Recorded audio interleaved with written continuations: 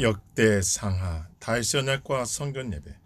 우리가 자기죄를 인정하고 고백하고 용서받는 것도 중요하지만 그 용서를 받아들여 과거의 죄를 뒤로하고 앞으로 나아가는 건 역시 매우 중요하다. 열왕기 상하는 신명기에 기반한 역사를 마치면서 이스라엘과 유다가 신명기를 순종하는 데 실패한 것을 회개하고 무서운 심판이 닥친 이유를 설명해 준다. 역사가의 역사를 시작하는 역대상하는 많은 부분 같은 이야기를 반복하지만 미래지향적이며 사실상 앞으로 나아가자고 이야기한다. 역대상하의 배경. BC 539년에 페르시아 왕 고레스는 포로로 잡혀온 히브리인과 자기 땅에 들어가도 된다는 칙령을 내린다. 이 칙령이 역대상하에 언급된 마지막 최종적인 역사 사건이다. 그러나 역대상하의 족보는 고레스 칙령보다 더 나아간다. 역대상의 다윗 족보가 언급하는 마지막 인물은 BC 445년에 태어난 아난이라는 사람이다. 따라서 대부분의 학자는 역대상하가 BC 400년경에 기록됐다고 생각한다. 그러면 역대상하가 시작한 때는 열왕기하 마지막에 기술된 BC 587년의 무서운 예루살렘의 멸망과 바벨론 포로보다 훨씬 뒤가 된다. BC 400년경에는 여러 그룹의 포로가 예루살렘에 들어와 있었다. 에스라서와 느헤미야의 사건들이 이미 일어난 다음이며 재건된 나라는 여전히 페르시아의 통치를 받고 있었지만 앞으로 나아가려고 애쓰고 있었다. 따라서 역대상하가 아담에서 꿀에서 칙령까지 이스라엘 역사를 지필하고 있지만 저자의 목적은 백성이 첫째 미래에 대한 소망을 주는 다윗 언약과 두 번째 올바른 성전 예배와 있다. 이 두 가지에 집중하게 하는 데 있는 것 같다. 우리는 역대상하의 저자가 누군지를 정확히 알 수 없다. 아마 이스라엘 백성이 제거된 성전을 중심으로 하나님을 참두고 바르게 예배하도록 희복원에 관심이 있었던 에스라와 같은 제사장이 분명할 것이다. 사무엘상하 열왕기상하 마찬가지로 역대상하는 원래 한권으로 기록되었다. 이 두 책이 두 권으로 나눈 것은 헬레로 번역되었을 때이다. 70인용으로 원래 히브리어의 두루마리는 제목이 없던 것 같았다. 흥미롭게 70인용은 이 책에 생략된 것을 의미하는 파랄레이프에나라는 이름을 붙였다. 이는 역대상하가 사무엘상하의 열왕기상하에 없는 추가적인 정보를 담고 있음을 시사해 준다. 고대 히브리 전통은 그 날들의 사건이라고 불리운다. 역대상하의 핵심.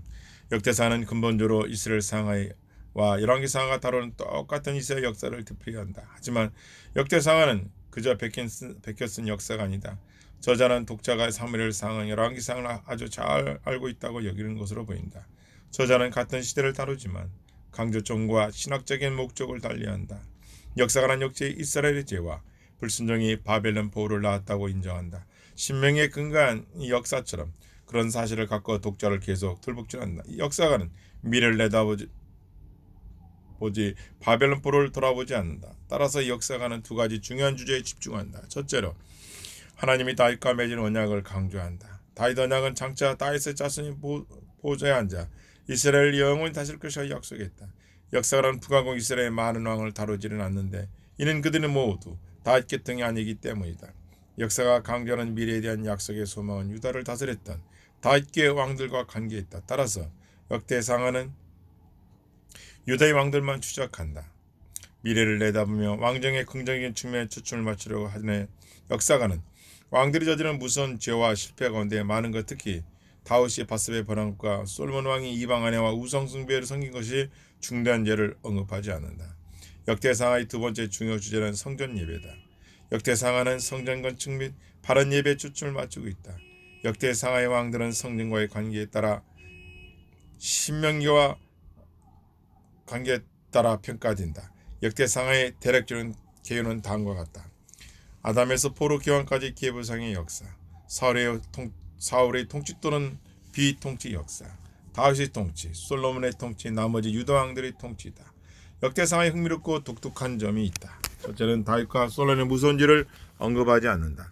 기록된 하나님의 말씀에 대한 강조가 역대상하 전체에 걸쳐 나타난다. 세 번째, 역대상하의 초점은 긍정적이고 미래의 진양적에서 부정적이고 왜곡적인 사물에서 및 열왕기서와 대조된다. 다윗계에 대한 강조는 역대상하의 메시아 전체의 색채를 더해준다. 역대상 21장 1절은 사탄을 언급하는 몇 안 되는 구약 본문 가운데 하나이다. 역대상하의 메시지, 아담에서 포로 기환까지 계보상의 역사. 우리에게는 다소 생소하고 낯설지만 역대상 1장에서 9장까지 역사가는 족보를 통해 이야기한다. 본질적으로 저자는 아담에서 포로 시기에 이르기까지 다윗의 계비를 추적한다. 또한 포로가 끝난 다음 유대에 들어온 사람들의 족보를 추적한다. 이것이 역대상 9장에 나오는 족보 결론의 초점이다. 사울의 통치 또는 비통치, 사울에 대한 이 짧은 이야기는 사울의 삶은 건너뛰고 죽음만을 기록한다. 흥미롭게도 이 장에서는 사울을 실제로 왕으로 부르거나 통치했다고 말하지 않는다. 역사에게 진짜 첫 번째 왕은 다윗임이 분명하다. 다윗의 통치, 역대상 11장에서 29장. 역대상 11장은 다윗과 사울의 다툼, 물론 다윗의 화려한 집권도 건너뛴 채 다윗의 통치 이야기를 시작한다. 여전히 다윗 통치에 대한 하나님의 축복과 섭리를 강조한다. 다윗이 예루살렘을 점령하는 이야기가 들어간 것은 성전에 초점 있는 것과 조화를 이룬다. 이 단락에 나오는 논쟁과 인명 목록은 이스라엘 전체가 다윗을 왕으로 지적했다는 점을 강조한다. 역사상 14장에서 16장은 다윗의 언약궤를 예루살렘에 옮기고 하나님을 예배하고 찬양하는 일을 위해 나라를 체계화한다. 사무엘하 6장에서는 우사가 언약궤가 흔들지 않게 하려고 손을 댄 일로 죽는다. 그러나 여기서 우사의 이야기는 다윗의 언약궤를 바르게 운반하지 않았기 때문에 이런 일이 일어났다고 설명한다. 레인이 다윗에게 바른 절차를 알려준다. 레인이 바른 절차를 따르자 진행이 순조로워진다. 예배 주제 일부분인 이 단락은 또한 많은 시편 인용글을 싣고 있다. 역대상 16장 8절에서 36절은 시편 96편 1절과 13절과 105편 1절과 15절, 106편 1절, 40절 48을 인용한다. 이 시편들은 여호와가 이스라엘을 구원하셨다는 것, 특히 이스라엘이 작고 약할 때 구원했다는 것을 강조한다. 이런 말씀은 포로 이후에 작고 굳건한 역대상 상하 독자의 큰 격려가 되었을 것이다. 역대상 10장 선지자 나단에게 다윗 언약을 세우셨다고 하신 하나님 말씀을 상술한다. 이 언약에서 하나님은 다윗에게 왕조를 세워주시고 다윗 자손의 왕위는 영원히 견고하게 하겠다고 약속하신다. 이 약속은 페르시아의 지배를 받고 있던 포로 이후의 역대상하 독자에게 소망을 주었으며 예수님의 오심으로 이루어지는 메시아 기대를 가져다 주었다. 역대상 18절 이렇게서 다윗은 이스라엘 대적들을 물리치고 성전 건축 운영을 광범위한 준비를 하는 데 초점을 맞춰 제국을 체계화한다. 다시 인구시설을 한 이상한 이야기도 다시 언급되는데 다윗을 붙이고 이 비령한 인구시설을 하는 게 아니라 사탄을 연루시킨다. 그러나 역대상 21장 1절에 나오는 이야기는 다시 오르단에게 산 타작마당에 쌓은 제단의 강점이 있다. 바로 이 정세의 성전이 세워지기 때문이다. 솔로몬의 통치, 역대하 1장에서 9장. 솔로몬의 통치에 대한 기술은 역대상하 두 중심 주제 즉 성전 예배와 다윗 언약의 중심을 이루신다.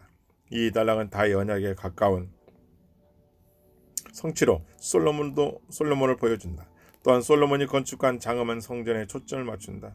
열왕기상 9장에처럼 성전 봉헌의 여호와가 솔로몬에게 나타난 순종을 명령하신다. 그러나 하나님은 미래를 주시하신다는 것을 보인다. 하나님 이스라엘 장차 언약을 위반하는 것을 인정하고 은혜를 베풀어 이렇게 약속하신다. 내 이름으로 일컫는 내 백성이 그들이 악한 길에서 떠나 스스로 낮추고 기도하여 내 얼굴을 찾으면 내가 하늘에서 듣고 그들의 죄를 사하고 그들의 땅을 고칠지니라. 역대하 7장 14절 말씀. 이 특별한 구절은 포로 이후의 역대상하 독자에게 대단히 적절한 말씀이었을 것이다. 나머지 유다왕의 통치, 앞에서 언급한 대로 역대하의 이 부분의 역사가는 열왕기하의 기사와 달리 유다 왕들의 통치만을 추적하고 이스라엘 왕들을 생략한다. 또한 역대하는 여러 왕을 열왕기하보다 호의적으로 그리는데 심지어 어떤 이들은 자기 악행을 회개하기도 한다. 예를 들어 므낫세. 또 다른 차이점은 역대상하의 전체 주제와 일치되게 이 단락의 왕들의 종족, 성전과의 관계에 비추어 평가된다는 점이다. 끝으로 열왕기하는 예루살렘 멸망과 바벨론 포로로 끝나는 반면 역대하는 히브리 포로에게 유다 기한과 성전 재개를 허락한 고레스 칙령으로 끝난다. 그러면 역대상하는 오늘 우리들 삶에 어떻게 적용할 것인가? 역대상하는 설령 우리가 어려운 상황에 처한다 할지라도 하나님의 약속을 붙잡고 계속 전심으로 하나님을 섬기한다고 가르친다. 아멘. 또한 실수하여 범죄한 경우 우리는 겸손하게 회개해야 한다. 아멘. 그리고 이 죄악된 과거를 뒤로하고 삶 속에서 하나님의 용서를 주장하면서 앞으로 나아가야 한다. 아멘. 역대상에서 우리가 가장 좋아하는 구절. 내 이름을 일컫는 내 백성이 그들의 악한 길에서 떠나 스스로 낮추고 기도하여 내 얼굴을 찾으면 내가 하늘에서 듣고 그들의 죄를 사하고 그들의 땅을 고칠지니라. 아멘. 역대하 7장 14절 말씀.